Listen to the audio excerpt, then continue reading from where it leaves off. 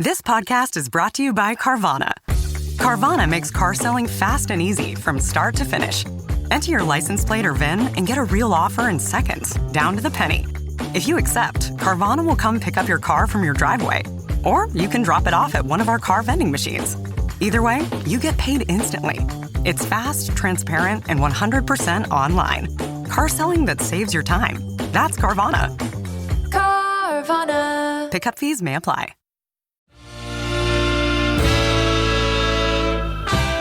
Hello, you are listening to Whispers in the Wings, a theatre podcast hosted by Joshua Broadbent and Kelly Plank. Members of the Whispers in the Wings community, this is your Act 1 Beginner's Call. Your Act 1 Beginner's Call. Thank you. Hey, Josh. Hi, Kelly Plank. We always laugh when we start this podcast. We do, but you know, laughter's the best medicine, or so they say. It is. Kelly, what are we going to talk about this week? We're going to talk about how you find jobs in the industry and how you can apply for them and how they come up. Yeah. And it is not an easy road, usually. They're super rarely posted on Seek. Yeah, if you're looking at Seek, you're looking in the wrong spot, that is for sure. Well, I guess both of us at the moment are coming towards the end of our current contracts. We are, and we are actively looking for work. So if you have any work, please reach us at whispersintheringspodcast@gmail.com. We both take DSM and ASM work. You know, some of us can dress as well. And Kelly, I also learned this week you can follow Spot. Oh, yeah. Whoops. I need to stop selling myself. No, it's good to be multi-skilled. Yeah. It's a really good thing to have in this industry, is to be able to not just follow that one path and to be able to, do whatever is required. It is. So what are some of your extra talents, Josh? One of my extra talents is sort of related to theatre, but social media. I actually have a whole side business that's around social media. You do. So whenever I've been working on shows, I always try and do an Instagram takeover. And for Charlie and the Chocolate Factory, I did, the stage management team, okay, everyone got me to do everything. It's fine. Yeah. We did about a month. So we're leaving Sydney into rehearsals in Melbourne and then into tech up to opening nights. We did a month takeover and it was really fun and people love it. So, that's a really good, valuable resource, I find, in theatre, because I can show that different behind the scenes world that isn't just focused on the actors. Sure, absolutely. I just kind of move from department to department. So what are some avenues that you are taking to apply for jobs and to kind of find out what jobs are out there? I guess nowadays there are places that jobs are actively posted, but that's not always the way. Not every job that is available in the industry you can find online. So how are you going about it? Yeah, well, you're right. It's becoming more normal now to sort of see those jobs listed on sites such as Showloop, for example. Showloop's a really great resource. Sure. You and I have both been scrolling through there looking at all the new jobs that come up, and they notify you. If you're a member, they'll notify you when new jobs come up. It's like a weekly newsletter and stuff, which is really great because in case you miss something, you may not jump on there every day because you will go insane if you're constantly looking. Just to see that pop up in your inbox and you go, oh, I didn't actually see that job. Let me look at it. It is probably at the moment my first port of call is looking at Showloop for jobs. Sure. As you said at the start, you're not going to find these jobs on Seek. No, no, you're not. And very rarely LinkedIn. Sometimes if a stage manager is looking, they might post on LinkedIn that they're looking, but you've already got to be part of their network. Yeah, well, funny you should say that because New Theatricals recently posted a job on LinkedIn first. It came up on LinkedIn in the jobs section for a deputy stage manager. Yeah, they did. Which I've never witnessed that before unless it's for Cirque or something. Yeah. For me, I use Showloop and that's kind of what I'm more familiar with, as when I was in the UK, we used Mandy Network. Mm-hmm. And in the UK, they've got 12 pages of jobs. Otherwise, we'd use the Stage Management Network free list, which, you'd put your availabilities on and it'd get sent out to producers and TDs and PMs, and then you'd get emails. And I believe with the Stage Management Association that they're starting in Australia, they are going to be looking possibly at something similar to that, which is good. The only problem with all of that is there's not a lot of jobs. Yeah, no, that is incredibly accurate. we're quite a different kettle of fish over here. Yeah, it runs so differently. Otherwise, I find there's a group on Facebook, isn't there? Yes. There's the SMNA jobs. The Stage Management Network Australia jobs group on Facebook. Yeah. Which, that's how I got the tennis. There's a lot of those sorts of things popping up on that place. Yeah, and a lot of them are for positions filled last minute as well. Yeah. So especially if whether it's a big show or a small show or an event or whatever, a lot of the time it's a hi, I'm looking for a stage manager. I've just had someone pull out and I need someone to start tomorrow. Yep. And who doesn't love a job starting tomorrow when you're unemployed? I know I do. Exactly. The other way I look for jobs is by emailing the, producers and TDs, technical directors, people that I've worked with before and go, hi, I need work. And that's how I got 9 to 5. Sure. I found out that Come From Away was closing or postponing for a period of time. And I emailed the producers for 9 to 5 and went, hey, do you have anything? I'm free. I'm available. And within that next day, I was, secured as a swing stage manager on the show. And then within that week, I was also jumping into the COVID world. So I'm very grateful for that. Yeah. Because, we've both been emailing other TDs and they're going, oh, we're all crewed for the rest of the year, but, I'll keep you in mind. Yeah. That's a very hard thing to hear, isn't it? We know we'll keep you in mind. It is, but, it's one of those things that it's, as we've said before, so much is right time, right place. And so if you get we're crewed for the rest of the year, keep you in mind, that doesn't mean that you don't send an email in a couple of months' time. Oh, God, no. The amount of times in the last sort of 7 years or whatever since I graduated that I've emailed a very specific person in the industry and they constantly saying, we'll keep you in mind, and I've never got any work from them. But doesn't mean I'm going to stop. No, absolutely not. And you know what? There may come a point where they're like, oh, there's that dude Josh. Yeah, I think he'd be really suitable for this. Yeah. So you just got to keep on being in contact with people, really. And eventually, it's not very useful, is it? But eventually these things just kind of happen. So many times over the last couple of years, I've emailed people and they've gone, oh, I'm so sorry, we've just hired people. Right. How do you balance that? How do you balance the right timing to email people? What a good question, Josh. It's difficult. It is. It's difficult because you don't want to come across as too strong or too eager.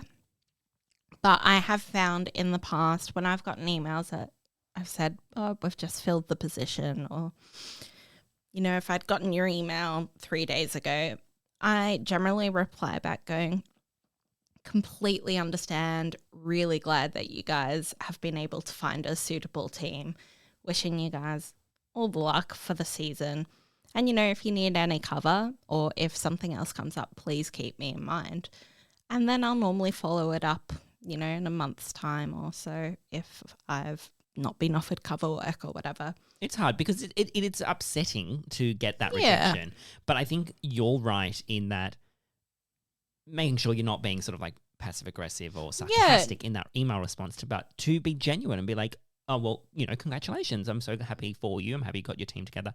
Please, I'd love to be considered in the future. Exactly what you said it better than I just did. No. I think that's really important. Yeah, I think because you're keeping that communication open, you're keeping that communication positive, and you're also allowing yourself the space to come and email back later down the line. Yeah. There have definitely been times when I've gotten like a rejection email or whatnot, and I've had to take a day to reply to it because I've genuinely been devastated.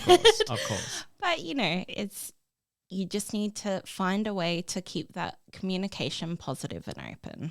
It's upsetting, but Yeah, well, I mean, and yeah, it's all a part of the gig. yeah, when all of my stuff arrived from London to Melbourne and I was unpacking, I came across all of these, like a handful of rejection letters. And so I had a few from The Lion King in the UK and from Aladdin and whatnot, and lovely letterheads. But I had 3 from Phantom. Right. And you end up working on Phantom. Exactly. I had 3 letters, like most beautiful embossed paper, like, stunning. But I was just like, wow, okay. I got rejected 3 times. And hey, I still ended up working on it. You just gotta put yourself out there. It is harder though in Australia because in London and in the UK and in America and many other places around the world, there's a lot more opportunities, as we said. Yes. So where in that case of you going, hey, you know, if you need any coverage, any swings, whatever, I'm free, I'm available, be interested, love to continue a conversation with you further. It kind of doesn't work as much here. I agree and disagree with you. That's kind of how I got 9 to 5.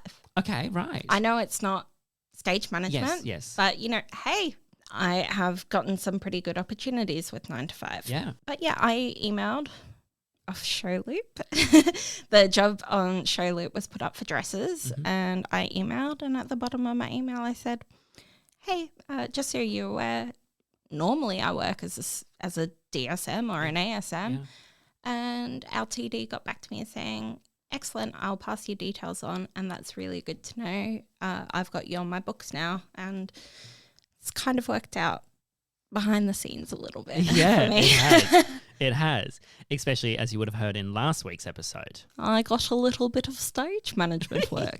You did. Yeah, but I think it also comes back to the different skill sets that you have in theatre and being able to go, okay, look, there aren't these jobs at the moment. I'll go work in something else. We talk about it time and time again. To be multi-skilled is so important. What I struggle with is that balance that we're talking about with when to email people, because I don't like being an annoying person, and I sometimes go, okay, well, I'll email them every 6 months, you know, a TD or whatever, to see if they've got work. See, I feel like every 6 months is too long. I do too. I do too. But the internal, like, don't be annoying person goes, oh, that's enough. But I know I should be emailing them 3 months, 2 months. I feel like a month is probably a bit too soon. Especially if you can find out what's happening. Yes. You know, if you know what shows are coming, like Joseph and Avida are coming this year. Yeah. So we spent the morning together going, okay, who do we need to email to go, hi, we're available.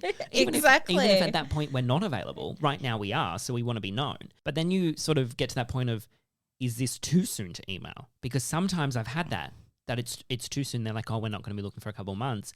And then I'll go and reply in a couple of months to where I think they'll be looking. And then they go, we've just hired people.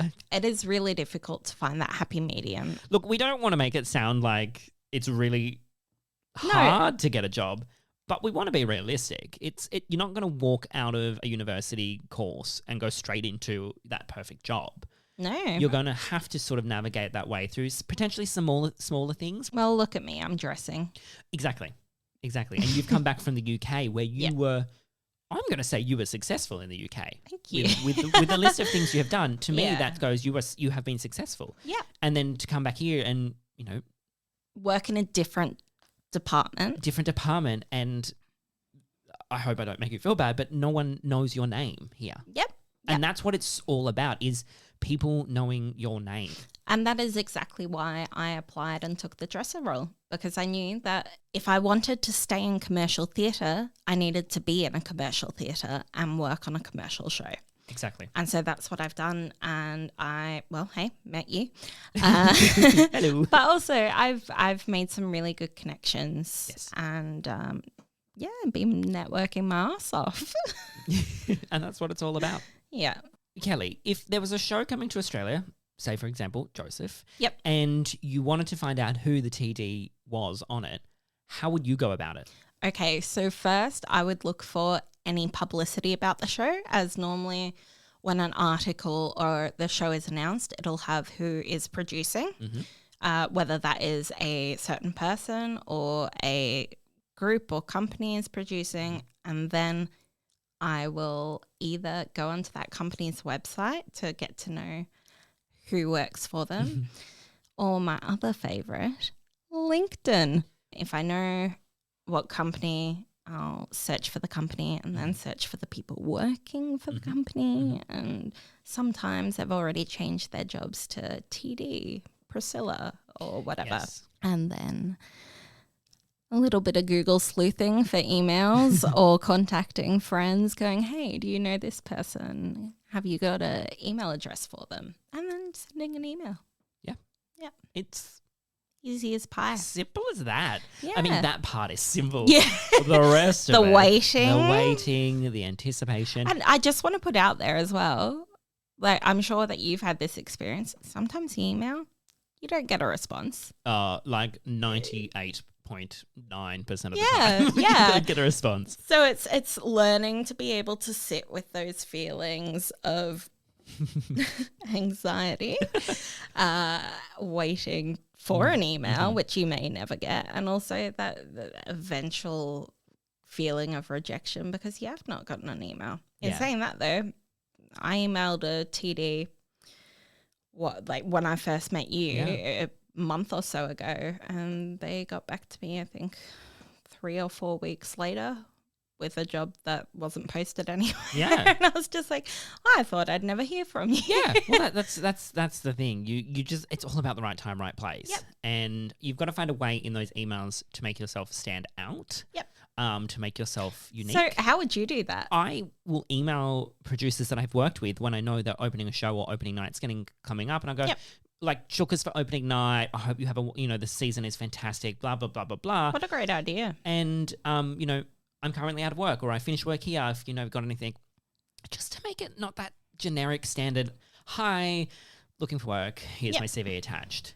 Some people will put in a short little bit from like potentially a cover letter. I don't typically submit a cover letter unless it requires it in a job description. Funny you should mention that, as when I applied for Phantom in the UK CAMAC, they really like cover letters and CVs. Right.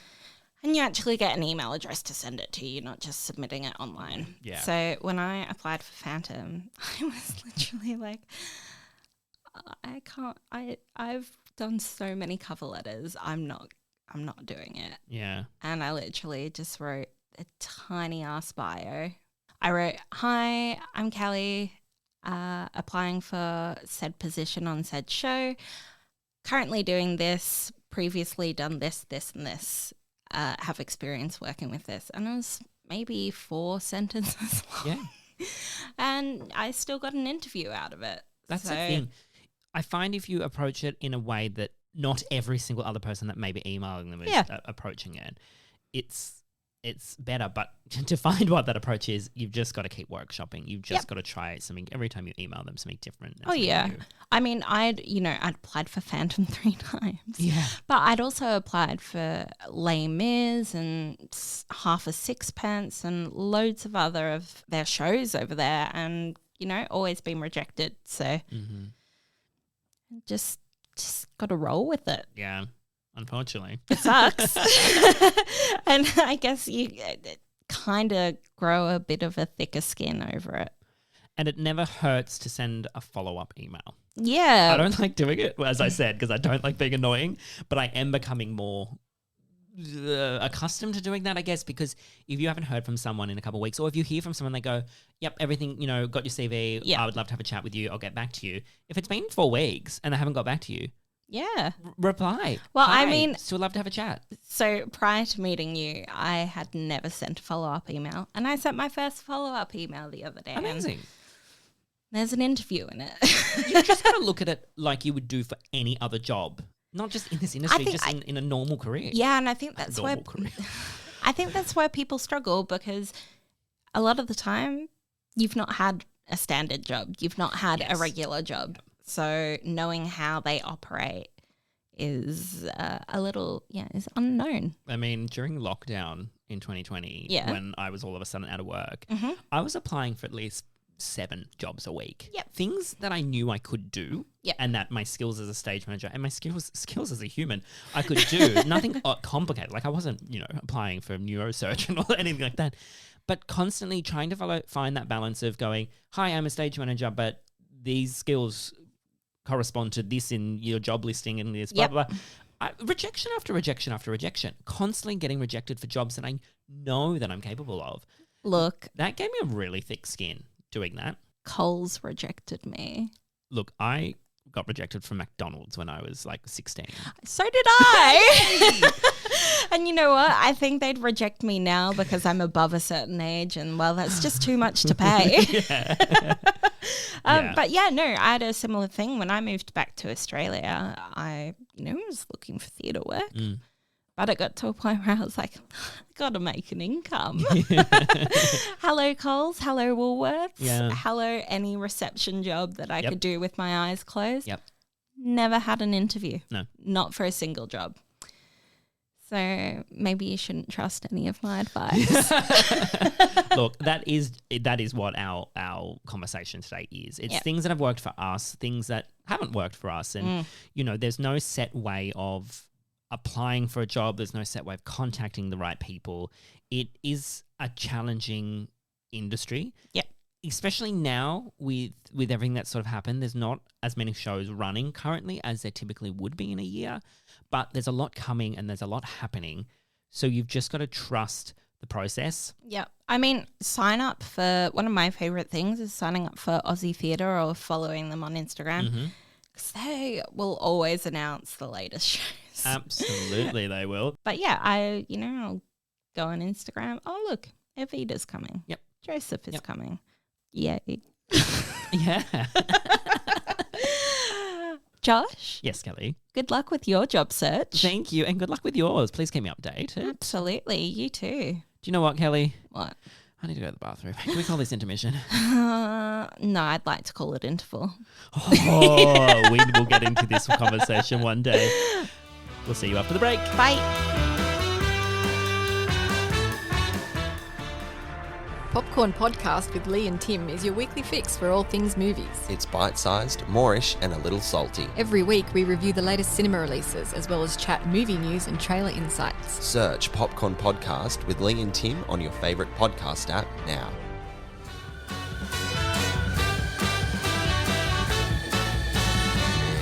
Members of the Whispers in the Wings community, this is your Act 2 Beginner's Call. Your Act 2 Beginner's Call. Thank you. Josh, that interval was 1 minute and 38 seconds over. Little disappointed. Into the show report it goes. Oh, God, that just hurt my soul. I was like, oh, my God, Kelly's yelling at me. It's all your fault. No. So we have a question from one of our listeners who has asked to remain anonymous. Yes, they have. And that is okay. If you do have questions, we'll let you know how to send them through at the end.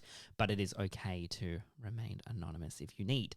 Now, this question says, hypothetically speaking, say you've already said yes to one project, but then a better opportunity comes along, which is happening around the same time frame.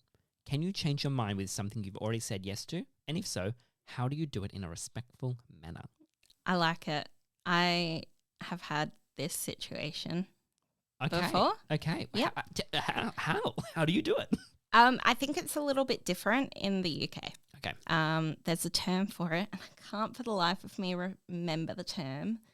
But if you have signed onto a contract and you get offered work that is above your position or on a larger scale show, legally you can resign from your initial contract. Okay, so say if you're an ASM on the show that you've already signed on to, but someone's offering you a deputy position, then that's above, so you would be able to take that.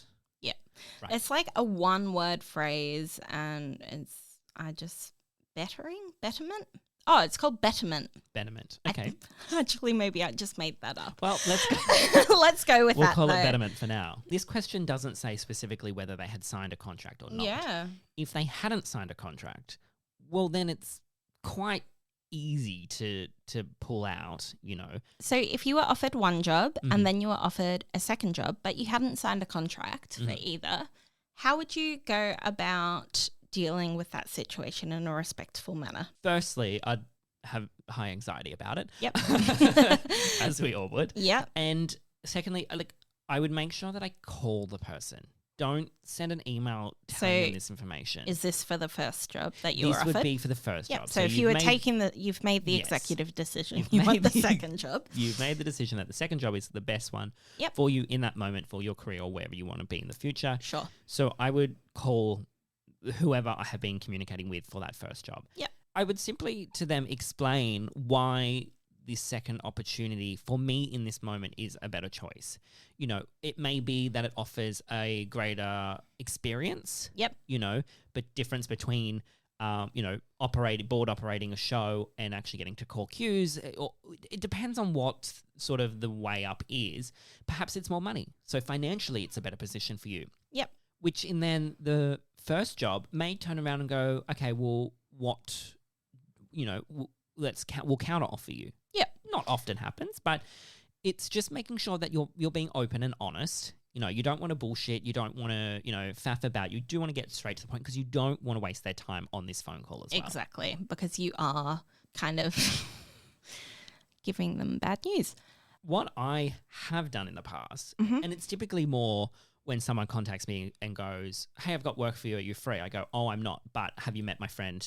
Yeah, it's always useful to be able to offer somebody else for the position. But make sure they're available first. And also make sure that they are worth offering. Well, that's it. You know, you don't want to have recommended someone that you may not know very well or may not be right. Yeah, may not be suitable for the position. Because just because you said no to this job or that you've taken another offer doesn't mean that they're not going to come back to you in the future for something. Exactly. That's the way you want to go. You just want to be honest. You want to be open. I mean, you've got to expect that they're not going to be happy because they've probably already spent so long trying to find someone, and then they've landed on you and they've gone, oh, perfect. They're perfect for this role. And then... Hang on, you mean that they didn't think of me first up? They actually took time to deliberate whether to even contact me? No, I mean, rude. Perhaps it's one of those opportunities or situations where, you've emailed them 3 weeks after their applications have closed and they've gone, oh, I can't find anyone. Who we're going to find? And then all of a sudden, Kelly Plank's email comes and, shooting stars and fireworks happening in the office and they're like, perfect. And then I go and let them down. And they never hire me again. No. No, I will say that the job that I did turn down in the UK actually came back to me about a year later asking if I wanted to work for them. Yeah. So, it's not the be-all and end-all turning down a job. No. Just do it in a respectful manner. Yes. Where you're not too...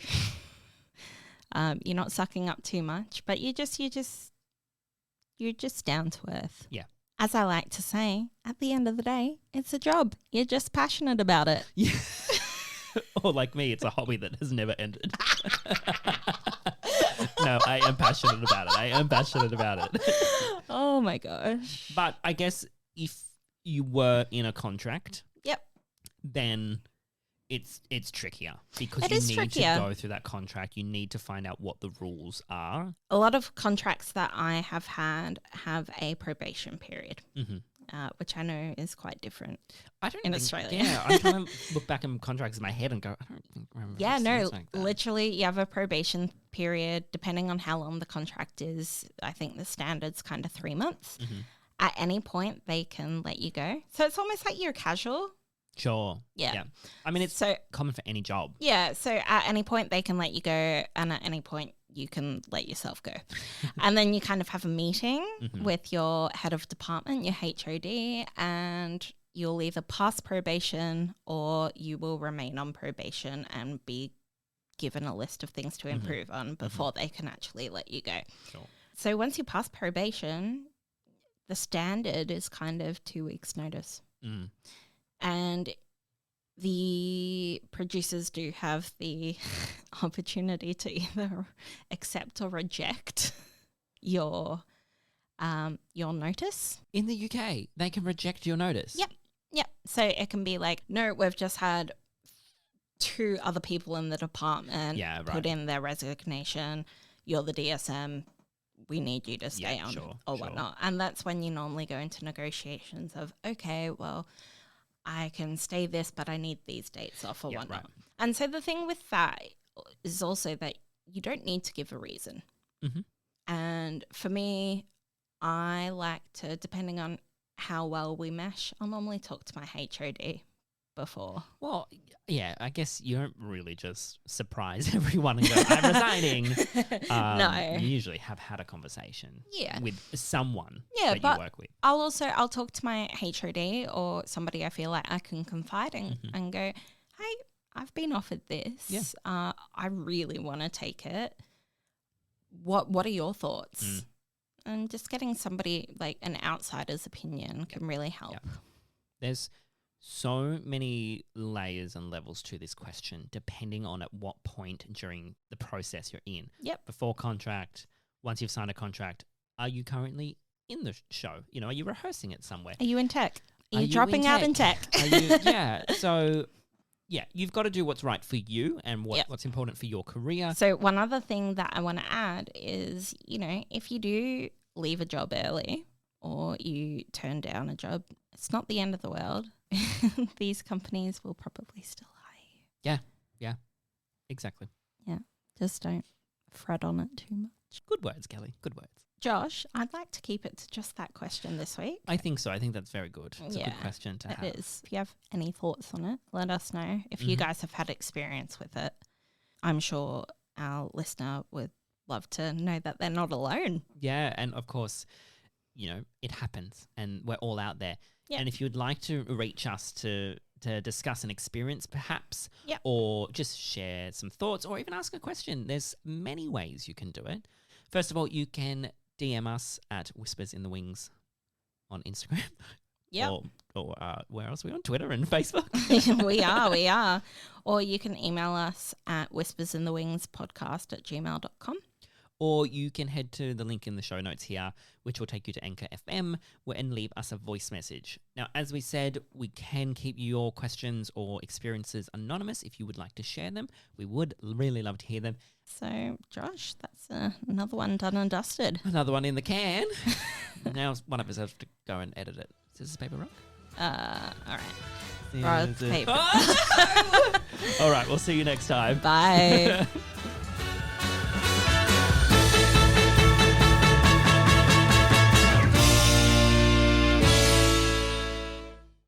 Whispers in the Wings acknowledges the traditional custodians of country throughout Australia and their connections to land, sea and community.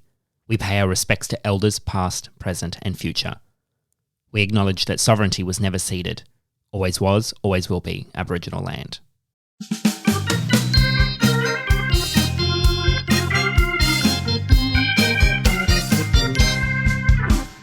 Hello and welcome to the Cheese Wheel Podcast, your new favorite podcast about hyperfixations gambled on a wheel. In this podcast, we are covering anything that we want to talk about, but the problem is we don't know what we're covering every week, and it's something new every time. And I am joined by 2 of my co-hosts, Andrew DeWolf. Hello. I'm happy to be here. And Liz Eston. Hello. Also very happy to be here. And this show is weekly, and every time someone else brings something to the table that's a little bent. We're going to be covering anything and everything, including Chaperone's new album, Spy Kids, and the film version of Waitress. We're going to have a new episode every Friday, and you're going to see the vast arrays of interests we might have. Andrew, what might be one of your choices? Oh, I mean, I could pick something like, I don't know, famously bad movie, Miami Connection, and we could have a good time watching something that I love that's kind of terrible. Or I could pick something incredibly good, like Jacob's Ladder, which is my favorite movie of all time. Incredible. And Liz, what about you? I don't know. I'd go with something like a Walk Hard, the Dewey Cox story, so I can talk about my favorite comedy, since Jess didn't let me do it on the old podcast. Well, funny you bring that up. In case you're wondering what happened to Musicals with Cheese, we ended that show, but the show's still here and living on in season 1. So if you want to go back and listen to our backlog, that's still here. But right now, we're just the Cheese Wheel. Please keep on listening. We got a lot of fun stuff to come, and we hope that you like what we're doing.